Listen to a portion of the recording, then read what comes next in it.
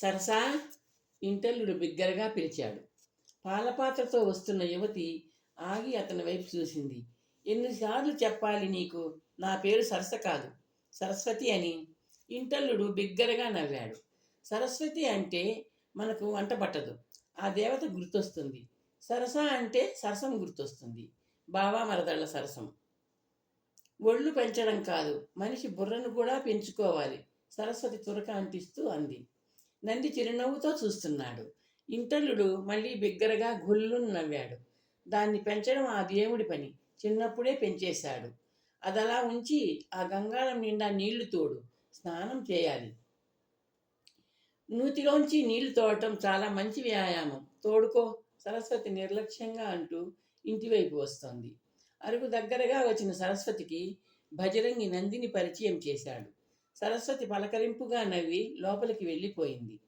చిన్నది నిప్పు, ఒకటనడం 100 అనిపించుకోవడం ఇది వాడి పని, భజరంగి అల్లుడు గురించి అంటూ నవ్వాడు. నంది మజ్జిగ తాగుతూ ఉండిపోయాడు. పెద్దగా అడుగులు చప్పుడు చేసుకుంటూ ఇంటల్లుడు దగ్గరగా వచ్చాడు. నందివైపు ఎగాదిగా చూశాడు.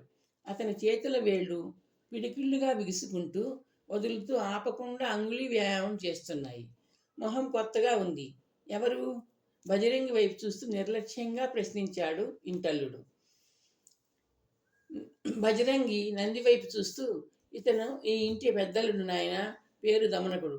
నాకు కొడుకులు లేని కొంత తీర్చేస్తానంటూ ఆ 3 ముళ్ళు వేసిన శుభగడే నుండి ఇక్కడే పాతుకుపోయాడు. కండలు పెంచే వ్యాయామం ముఖ్య వృత్తి, ఆరగించింది అరిగేదాకా తిరగడం ఉపవృత్తి. భజరంగి అల్లుడికి సమాధానం చెప్పకుండా నందితో అన్నాడు. ఆ తరువాత మెల్లగా అల్లుడి వైపు తలెత్తి చూశాడు. ఈ అబ్బాయి పేరు నంది, కామరూప రాజ్యం.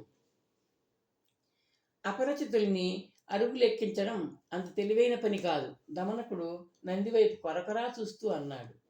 నంది ఇప్పుడు నాకు పరిచితుడే, అతను ఈ ఇంట్లో అతిథిగా ఉంటాడు, వెళ్ళి స్నానం చేయి నాయనా, చెమటకంపు ఘాటుగా వ్యాపిస్తోంది, భజరంగి అన్నాడు.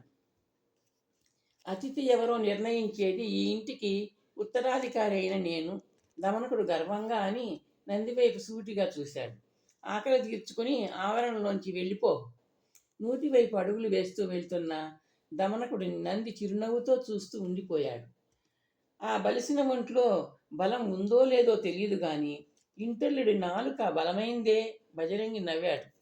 ఏమిటి పెన్నాన్న, ముంతల కోసం వచ్చిన లక్ష్మి అడిగింది. అన్నం తిని ఆవరణలోంచి వెళ్ళిపోమ్మన్నాడు మన నందిని నీ పెనిమిటి. లక్ష్మి ముఖం మీద నవ్వు ప్రత్యక్షమైంది. ఏమీ లేని విస్తర్లు అంతే నాన్న, ఎగిరెగిరి పడుతూ ఉంటాయి. నీ అల్లుడిది అరుపుల ఆర్భాటమే. ముంతలు తీసుకుని వెళ్తూ లక్ష్మి ఆగి తండ్రి వైపు చూసింది. నీ అల్లుడు గారు మెక్కడం అయ్యాక మీకు వడ్డిస్తా నాన్న.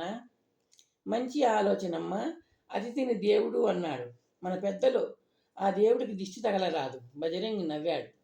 మీరు చక్కటి హాస్యప్రియులు పెదనాన్న, నంది చిరునవ్వుతో అన్నాడు. 2 కూతుళ్లను నా చేతుల్లో పెట్టి స్వర్గానికి వెళ్ళిపోయిన నా ఇంటి దేవత మాణిక్యం నేర్పిన విద్య నాయనా అది. కష్టంలో సుఖాన్ని, ఏడుపులో నవ్వుని వెతికి చూసి వెలికి తీసి సంతోషంగా తేలికగా బతకాలి అనేది.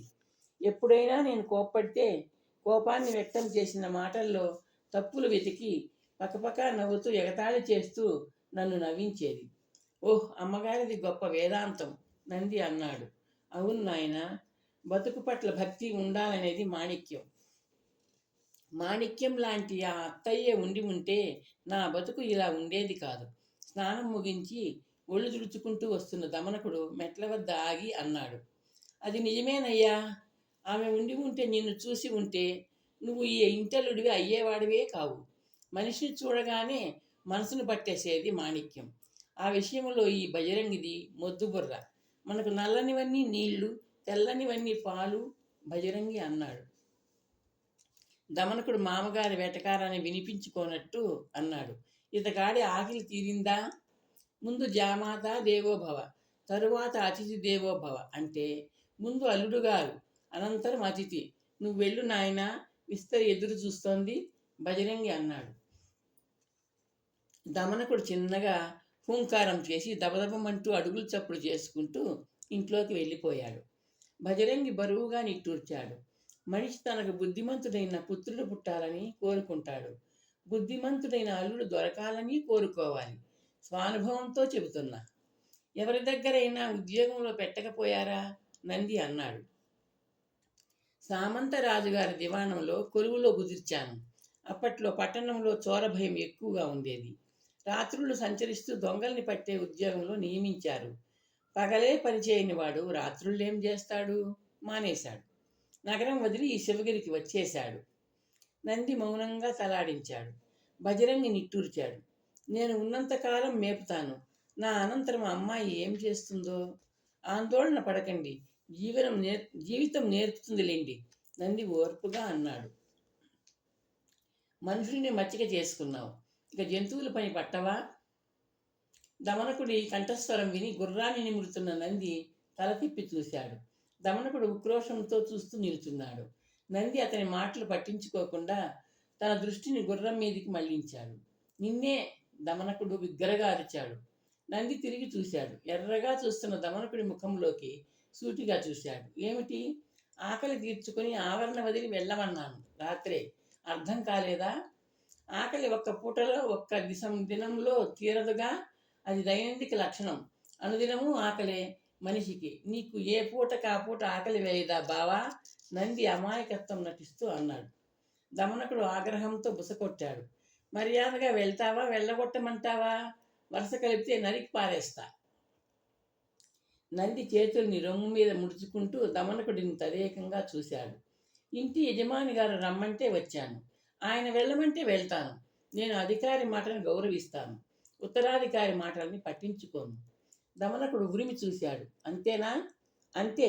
నన్ను వెళ్ళగొట్టడానికి చిన్న ఉపాయం చెప్తాను. నీ కోరిక మామగారికి చెప్పి ఆయన చేత నాకు చెప్పించు. ఆయన వెళ్ళమన్న మరుక్షణం వెళ్ళిపోతాను. నంది వెనక్కి తిరిగి అశ్వాన్ని అరచేతులతో రుద్దసాగాడు. దబదబమంటూ అడుగుల చప్పుడు వినిపించింది. నంది తల తిప్పి చూశాడు. దమనకుడు చెరచెరా వెళ్ళిపోతున్నాడు వీధి వైపు.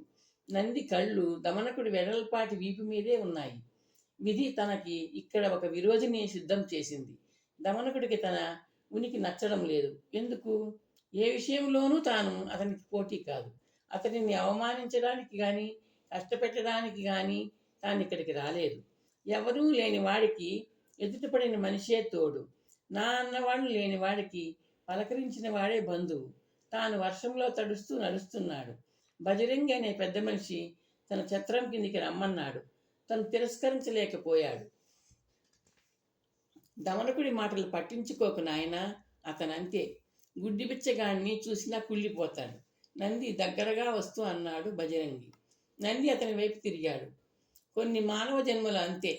అకారణంగా అసూయ, నిష్కారణంగా ద్వేషంలో బజరంగి మళ్ళీ అన్నాడు. నీ సమాధానం నాకు నచ్చింది. నువ్వు మా అతిథిగా ఉండాలో ఉండకూడదో నిర్ణయించాల్సింది యజమాని అయిన నేను. మామగారి పాలిట పదోగ్రహంలా మారిన ఇంటెల్లుడు కాదు. నిన్న మీరు ఆదరంగా ఆహ్వానించినప్పుడు రాత్రి ఇక్కడ తలదాచుకుని తెల్లవారగానే వెళ్ళిపోదామనుకున్నాను. దమనకుడు ఆకలి తీర్చుకుని ఆవరణలోంచి వెళ్ళిపో అన్నాడు. నన్ను చూడగానే బిచ్చగాడిని హెచ్చరించినట్టు హెచ్చరించాడు. అతని ప్రవర్తన, మాట తీరు నా ఆహాన్ని కెలికాయి. వెంటనే వెళ్ళిపోయే ఆలోచన విరమించుకున్నాను. నీ తత్వం నాకు నచ్చింది. నీకు నచ్చినంత కాలం ఇక్కడే ఉండొచ్చు నాయనా, బజరంగి అన్నాడు. మీరు వయోవృద్ధులు, అనుభవజ్ఞులు. ముఖ్యంగా పిల్లనిచ్చి పెళ్లి చేసిన మామగారు మిమ్మల్ని నిర్లక్ష్యం చేస్తూ ప్రవర్తించడం అతని అహంకారానికి నిదర్శనం. ఇంకా 1-2 రోజులు మీ పంచలో ఉండాలనుకోవడానికి అది కూడా ఒక కారణం. 1-2 రోజుల? బజరంగి నిరుత్సాహంగా అన్నాడు. అంతే పెదనాన్నగారు. కండబలం ఉంది, గుండె బలం ఉంది, కష్టపడి పనిచేసే చేవ ఉంది. పశువులు, పక్షులు తమ బతుకు తాము బతుకుతున్నాయి. మనిషి వాటిని ఆదర్శంగా తీసుకుని స్వయం పోషణ చేసుకోవాలి కదా. నంది నవ్వాడు. బజరంగి తల పంకించాడు మౌనంగా. నా స్థితిలో మీరే ఉంటే ఏం చేస్తారో ఒక్క క్షణం ఆలోచించండి. బజరంగి నంది ముఖంలోకి చూశాడు. అతని పెదవులు చిరునవ్వుతో విచ్చుకున్నాయి. చక్కగా అడిగావు. ఈనాడు ఈ ఆవరణలో ఈ ఇంటి యజమానిగా ఉన్న ఈ బజరంగి 4.5 దశాబ్దాల క్రితం నీలాగే కట్టుబట్టలతో ఈ శివగిరికి వచ్చాడు, కూడు నీడా వెతుక్కుంటూ. కథ వినగానే, నిన్ను నిస్సహాయ స్థితిలో చూడగానే నిన్ను నా ఇంటికి ఆహ్వానించిన కారణం అదే. నా గతమే, నా అనుభవమే. అలాగా? అవును నాయన. చెమటలు చిందించే చేవ ఉన్నవాడికి బతుకు ఏనాటికి భారం కాదు.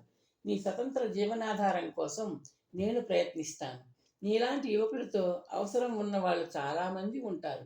నీ ఆత్మగౌరవానికి భంగం కలిగించని పని దొరికేదాకా నువ్వు నా అతిథివి. అలాగే పెదనాన్నగారు, మీ మేలు మరచిపోలేను. వంట చెరకు విక్రయించి వస్తాను బజరంగి అన్నాడు. నేను వస్తాను. అవసరం లేదు నాయన, విశ్రాంతి తీసుకో. కాయ కష్టం చేయకుండా కడుపు నింపుకోవడం మంచిది కాదు. నిజమే, పద వెళ్దాం. వంట చెరకు విక్రయించడానికే కాదు, సేకరించడానికి కూడా నేను వస్తాను. మీరు సరే అంటే సేకరించడం నా పని, విక్రయించడం మీ పని. బజరంగి చిరునవ్వు నవ్వాడు. ఇద్దరం కలిసి రెండు పనులు చేద్దాం.